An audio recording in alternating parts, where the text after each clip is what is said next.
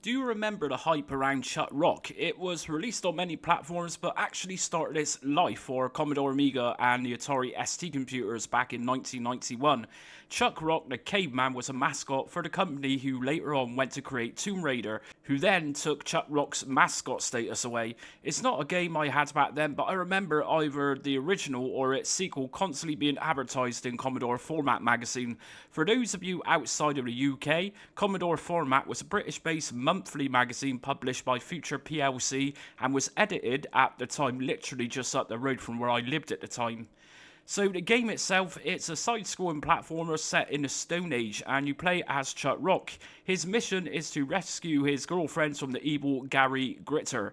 Now, obviously in 1991, the world largely wasn't aware what Gary Glitter was, but at least this game refers to Gary Glitter as a local weirdo, quite literally, so that's good enough for me. Anyways, the game has several worlds to explore, each containing a few different stages. In each stage we also end up fighting a boss to finish that world. The early 1990s was dominated by cutesy platformers like this one, which even had a sequel named Chuck Rock, Son of Chuck. The Amiga version looks awesome with its parallax scrolling, and it's clearly a game to a high standard. In terms of difficulty, I personally think that Chuck Rock is way up there. We can use his bare belly to bash enemies in Jump Kick 2. I think Chuck Rock is one of those games where if you didn't own it, you likely would have heard of it at the time. One thing to note here, both the Amiga and Atari ST releases only had music or sound effects option within the game. After its initial Amiga and ST releases, it became available for many different platforms. So today we are going to find out if anything actually beats the original releases for Amiga and Atari ST.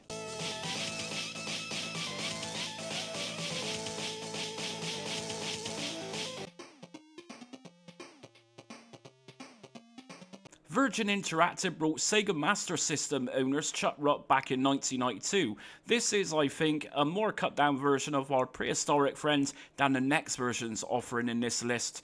Now, firstly, the iconic opening with the bands playing, well, we don't get that here at all. We do get Chuck Rock, who is centralised, which looks pretty bland, to be honest. Chuck Rock in this version is the equivalent of Dick Van Dyke from Mary Poppins. He can quite literally generate an entire band by himself.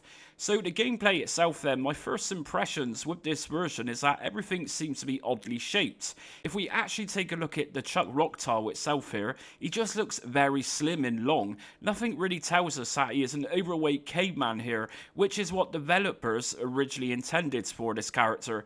Clearly, we have no parallax scrolling, which is fine. This is an 8-bit console after all.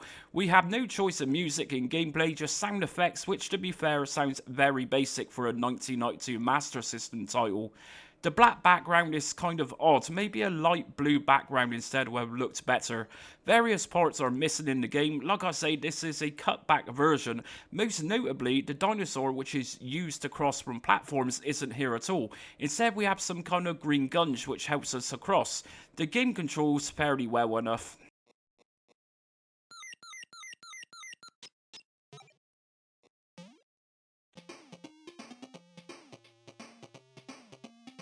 So, Chuck Rock for the Sega Game Gear is virtually the same as the Sega Master System's version, only this one is on a small screen obviously. The Sega Game Gear's version just felt a little nicer to play and kind of looked nicer too in some ways. Sadly, just like the Master System's version, this version can be a little annoying in terms of attacking. We need to be very close to enemies in order to attack them by belly bouncing them.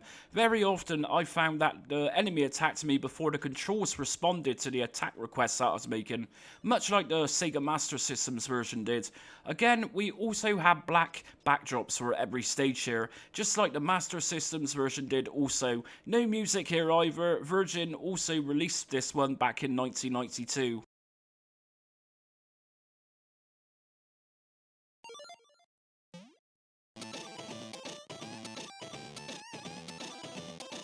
Although this is a mere 8-bit portable monochrome version of Chuck Rock, You know, it actually isn't that bad. So the Master System saw just Chuck Rock at the intro screen being Dick Van Dyke.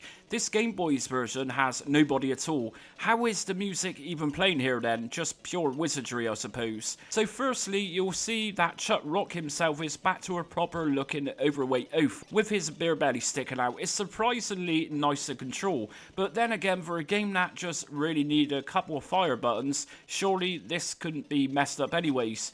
Now, noticeably, the music itself is different, but just remember, Nintendo back then always had to do something different from every other version of a particular game. But you know what? The music is actually really good here, especially for a mono Game Boy sound. The most irritating thing with this version is that the colours of rocks that we need to pick up are sometimes very hard to see because of bushes and other scenery, which makes it hard to decipher between objects that are interactive and not interactive. Now, I was actually surprised that, again, we don't have a dinosaur transporting us across platforms. Again, it's not strictly a bad version, it's just not a great version for the aims and purposes of this video.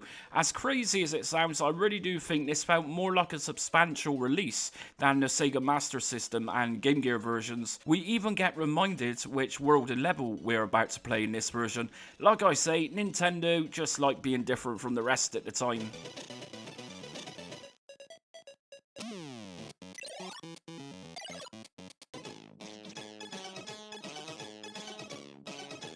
Commodore 64's 1992 port of Chuck Rock was brought to us by a small publisher named Genius. I might have butchered that. If you have ever played the horizontal scrolling shooter Catlips for the C64, it's by the same people. So the game itself, this is a fairly polished C64 game with controls that do the job well.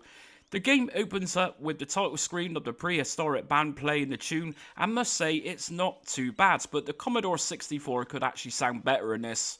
Once we get into the game, we don't get a choice of music, just sound effects, and I must say that for a 1992 C64 game, the sound effects sound pretty bad here. Very basic in fact. It's fairly faithful to the original releases on the ST and the Amiga, but obviously things have been cut back here, such as the parallax scrolling that the Amiga version featured, and we don't have those vibrant colours either. It's a quality looking game for an 8-bit conversion, but it's just let down by having no music if anything, and those terrible sound effects. One thing that sticks out is the dinosaur that you ride on to get across from platform to platform. These look fairly bad here, fairly pixelated. I am pretty sure that as a kid, Codemasters games like DJ Puff meant a lot to me, and I could see myself being very happy with this game back then. One weird thing about this version is that the platforms seem impossible to jump on. The first instance was when I chucked a rock to jump onto another platform. Chuck Rock literally could not make the jump, so I had to throw another rock on top of the one already thrown just to jump to the next platform.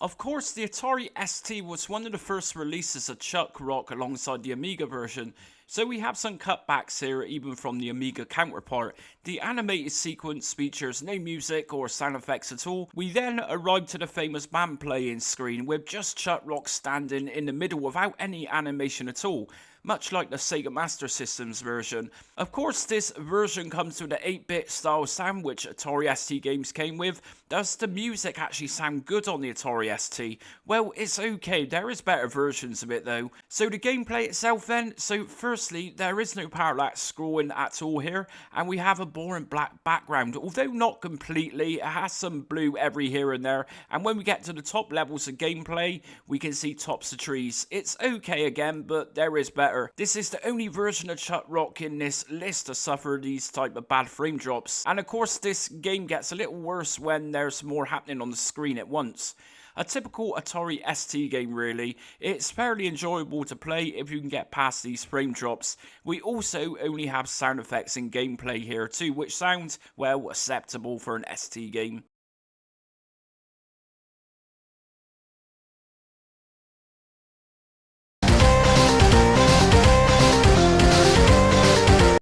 The Acorn Archimedes also received a version of the game back in 1994. This was released by Chrysalis. Now, of course, at this point, cutesy games like this were becoming old news to some degree, with the rise of 3D games arriving in full swing with systems such as the upcoming PlayStation. There isn't actually much wrong with this release at all. It features an awesome introduction band screen, which is on par with the Amiga's original version, and the music is pretty good here too. We get no music within the game, only sound effects, but to be fair, these are really nicely done in comparison with the Atari ST's version. It even features speech samples, so it sounds. The gameplay is very smooth here too. The visuals are on par with the Amiga's version. It's a really nice version of this game.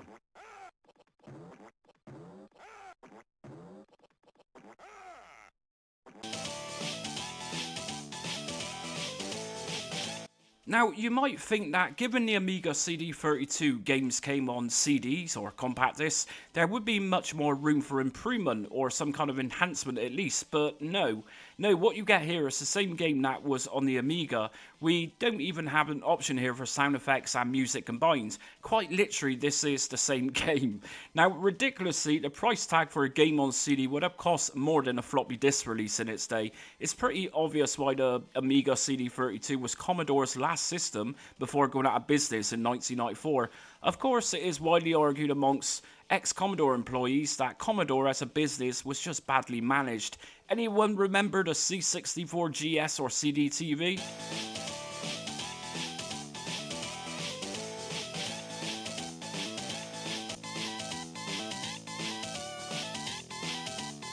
So like I said, for the CD32's version, the original Amiga version is identical. The reason I rank this one place up is simply because this wasn't a lazy conversion, or should I just say copy. This is one of the two original releases, so of course, like many cases in my rankings videos, we can see here that compared to the Atari ST's version, this one here is light years ahead. We have the full band playing at the start when they are nicely animated too, with a lovely version of that awesome theme music. The gameplay here is silky smooth with no frame issues from what I played of it. The colour palette is much better here too, and looks bright and really cheerful. We also got the added parallax scrolling here, which makes it look so much nicer too. We can have music or just sound effects here during gameplay, which is a little annoying, but this was the case for many Amiga games.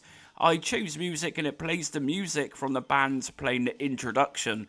It then fades out for a few seconds and starts again. Is it a great version then? I mean, there is still better versions of Chuck Rock's come in this video, but easily better than the Atari ST's version in more than just one way.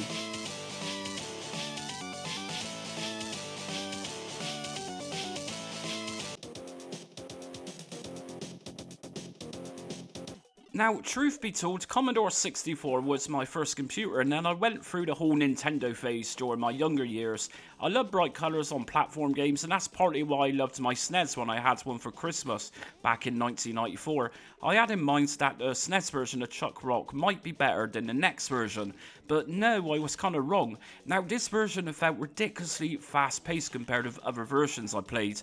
Through this alone, I had already got the mindset of how this game should be moving. This was out of the norm for sure. This was actually a disappointment. Not only was it faster, but it also lacked an animated introduction. Bear in mind, this is more than a capable 16-bit console. I mean, even the CD32 gave us one of these, and the Amiga. So we get the Chuck Rock in playing instruments, admittedly. This is all presented really well, with the title of the game zooming in and then zoom back out after pressing start button. What I wasn't expecting was to be taken straight into the game itself, which is strange. Many console games had a couple of options to choose from at least. Yes, the colours look great, but I'm not really confident they are actually as good as the next version in this list. I did feel that collision detection wasn't right here either. Of course, we need to be fairly close to enemies in this game, and the issue here was either latency issues or sprite collision detection issues. Yes, we do have music here which is a little different from others, and sound effects, but nothing really groundbreaking, mediocre at best. Sony ImageSoft released this one back in 1992.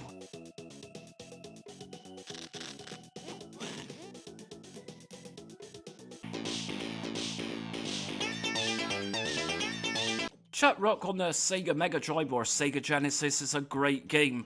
We actually have an options screen here to adjust music and sound effects or disable one or the other, both of which truly sounds awesome. The music is a little different, not as different as the Game Boy's version of course, but different that it doesn't outright destroy the game. The sound effects are even better here. Everything just sounds perfect. When Chuck Rock is hit, it sounds much like a sample being used, which gives them that ouch sound. The colours here are bright and they look awesome. Probably one of the better looking Mega Drive games I've seen. We have really smooth scrolling here with parallax scrolling added too for effect. Virgin Games published this one in 1992, and if I would have seen this game for sale at the time, I would likely have bought it to use on my brother's Sega Mega Drive 2. Now, other enhancements over Amiga and the ST's original versions are in its plenitude here. Notably, the jagged edges around objects and sprites have been nicely smoothed out here, so you can really see the difference. When we are riding across platforms on dinosaurs, it's very silky smooth. Oddly enough though, when I was passing by the T-Rex, which I'm guessing that's what it is, the T-Rex actually poops on you as you walk past. This version has stopped that, likely because it was just an unavoidable hindrance to the game. Something else which looks really awesome is the blinking eyes in the background of the first world. The Amiga's version were just static white eyes. They are animated here and it looks really good. Collision detection seems great here too. In fact, I made it pretty far into this version because it was just much easier to play and there wasn't any issues with collision detection. Not that I particularly noticed anyway. At this point, I am actually excited to see how the Sega Mega CD versions performs.